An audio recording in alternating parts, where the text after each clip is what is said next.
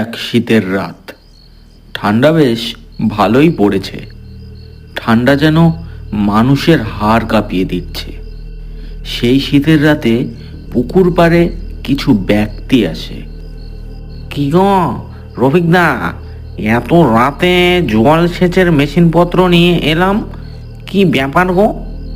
কি আবার ব্যাপার? কন্ট্রাক্টর আমাদের কন্ট্রাক্ট দিয়েছে, এই পুকুরের জল আজ রাতেই ফাঁকা করতে হবে। এখানে নাকি কোনো বড় ফ্যাক্টরি হবে, তাই এই পুকুরের জল আমাদের আজকে রাতেই ফাঁকা করতে হবে। রাতে কেন? কাজটা তো দিনে করলেই হতো।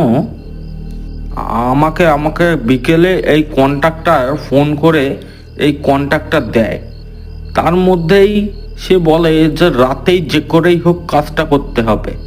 তাই তো তোকে নিয়ে এলাম তড়ি ঘুরি করে। চল চল, কাজটা শুরু করতে হবে। কিন্তু ও ও রফিক না, কাউকে তো দেখতে পাচ্ছি না, কেউ কি আসবে না নাকি? আসার আসার তো কথা। দাঁড়া দাঁড়া, কিছুক্ষণ অপেক্ষা করি, দেখি আসে কি না। রফিকদা, ও রফিকদা, ওই যে দেখো দেখো, দুইজন আসতেছে। দেখি কে ওইগুলো, চিনতে পারতেছো তুমি? অন্ধকারে তো কিছুই চিনতে পারতেছি না, আসুক এখানে আগে। কি, তোদের কাজ কতদূর হলো? তাড়াতাড়ি জল ফাঁকা করার ব্যবস্থা কর। জি, আপনি কে? আপনাকে তো চিনতে পারলাম না। আমাকে চিনিস না? তোদের কন্ট্রাক্টর কই? সে আমাকে ভালো করেই চেনে।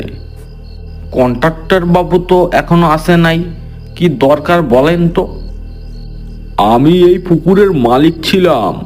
দলিলে লেখা হয়েছিল পুকুর বিক্রির পর পুকুর থেকে যদি কোনো জিনিস বেরোয় তার মালিকানা আমি হব।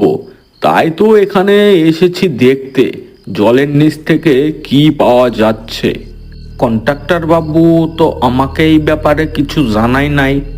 তুই বেশি মুখে মুখে কথা বলিস না, তোর যেটা কাজ তুই সেটা কর। কন্ট্রাক্টর বাবু না আসলে আমরা তো এই কাজটা শুরু করতে পারবো না। আচ্ছা বেশ, কন্ট্রাক্টর আসুক আগে, তারপর দেখছি। তাদের কথোপকথন হওয়ার মধ্যেই কন্ট্রাক্টর সেইখানে চলে আসে। কি ব্যাপার রফিক, কাজ শুরু করনি এখনো যে? আপনারই তো অপেক্ষা করতেছিলাম কন্ট্রাক্টর বাবু। আচ্ছা আচ্ছা, বেশ বেশ। জমিদার বাবু, আপনিও এসেছেন নাকি? আসতে তো হতোই আমাকে, জলের তলায় কি আছে না আছে সেটা তো দেখতে হবে আমাকে। সে তো আমারই জিনিস, যাই পাওয়া যাক না কেন জলের তলা থেকে। সে তো ঠিকই। দলিলে যেহেতু উল্লেখ আছে পুকুরের থেকে যা পাওয়া যাবে সেইগুলো সব আপনার, তাহলে তো সেইগুলো আপনারই হবে। তাহলে এবার কন্ট্রাক্টর বাবু, আমরা সব মেশিন পত্রগুলো সেট করি নাকি? হ্যাঁ হ্যাঁ হ্যাঁ, রফিক তুমি শুরু করে দাও, কাজ শুরু করে দাও। আজ রাতের মধ্যেই যে করেই হোক এই পুকুরের জলটা আমাকে ফাঁকা করতেই হবে, কারণ কাল পুকুরে যে মাটি পড়বে তারপরেই এখানে ফ্যাক্টরির কাজ শুরু হবে। রফিক আর রতন মেশিন সেট করতে শুরু করে দেয়। মেশিন সেটিং করে তারা মেশিনটি স্টার্ট করে দেয়। বাবু, মেশিন তো চালু করে দিয়েছি, জল এবার দেখো গলগলিয়ে পার হচ্ছে।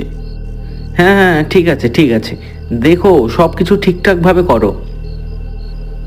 রফিক না, জল যে আর যাইতেছে না, মেশিন তো বন্ধ হয়ে গেছে।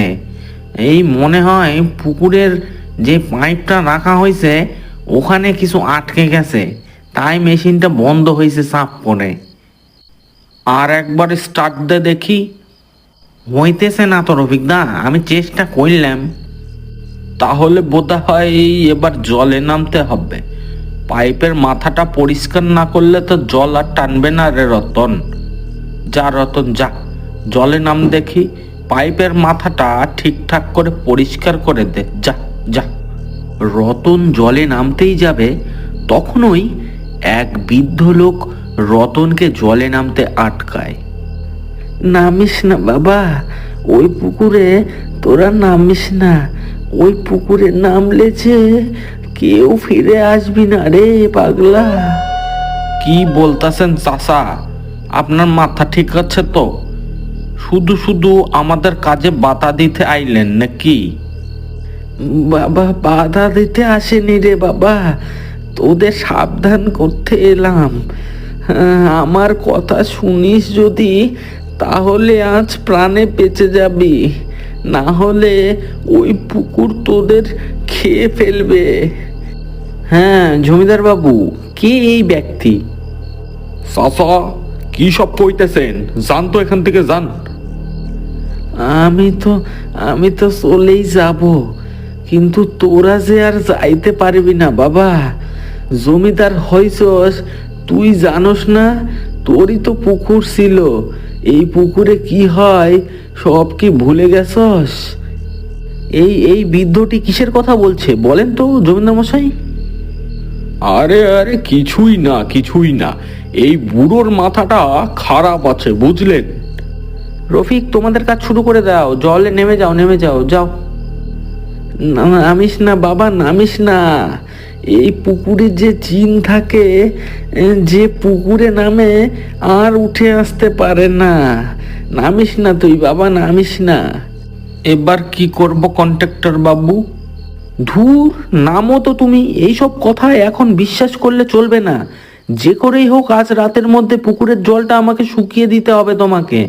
কন্ট্রাক্টের কথা মনে আছে তো?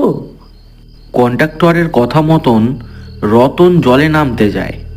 জলে কিছু দূর এগিয়ে যাওয়ার পরে, এই রফিক না, এই আমি যে পা নাড়াতে পারছি না, পা যেন কিসে আটকে গেছে গো। একটু শক্তি লাগা রতন, বাড়িতে কি খাস না কিচ্ছু? এ কথা বলতেই রতনকে জলের নিচ থেকে কে যেন টেনে নিয়ে চলে যায়। রফিক, কি হলো রফিক? তোমার সাথে যে ছিল সে কোথায় গেল? কি হলো? কি হলো? আমি তো কিছুই বুঝতে পারতেছি না। সে কি জলে ডুবে গেল নাকি? রতন তো সাঁতার জানে বাবু, সে কি করে ডুবতে পারে? আমি তো কইছিলাম জলে না নামতে। দেখলি তো কি হলো? কন্ট্রাক্টর বাবু, এখন কি করব কিছুই তো বুঝতে পারতেছি না। রফিক, তুমি একটু জলে নেমে দেখো, দেখি কি হলো ব্যাপারটা। আমি নামবো? না মানে যদি আমার কিছু হয়ে যায়? আরে কিছুই হবে না, যাও দেখি, নামো। রতনের কি যে হলো একটু গিয়ে দেখো। কন্ট্রাক্টরের কথা মতো এবার রফিক জলে নামতে যায়। তুই নামিস না বাবা, তুই নামিস না, তুইও কিন্তু আর বাঁচবি না রে বাবা, বাঁচবি না। বৃদ্ধ লোকটির কোনো কথা না শুনেই রফিক জলে নামতে যায়। জলে কিছু দূর এগিয়ে গিয়েই হঠাৎ করে রফিককে যেন জলের নিচ থেকে কেউ টেনে নিয়ে চলে যায়। দেখলি, বারবার বললাম জলে নামিস না। আজ সবগুলো মরবি, কেউ আর বাঁচবি না বাবা। জমিদার বাবু, কি হচ্ছে এইসব? সবাই যে জলের তলে চলে যাচ্ছে।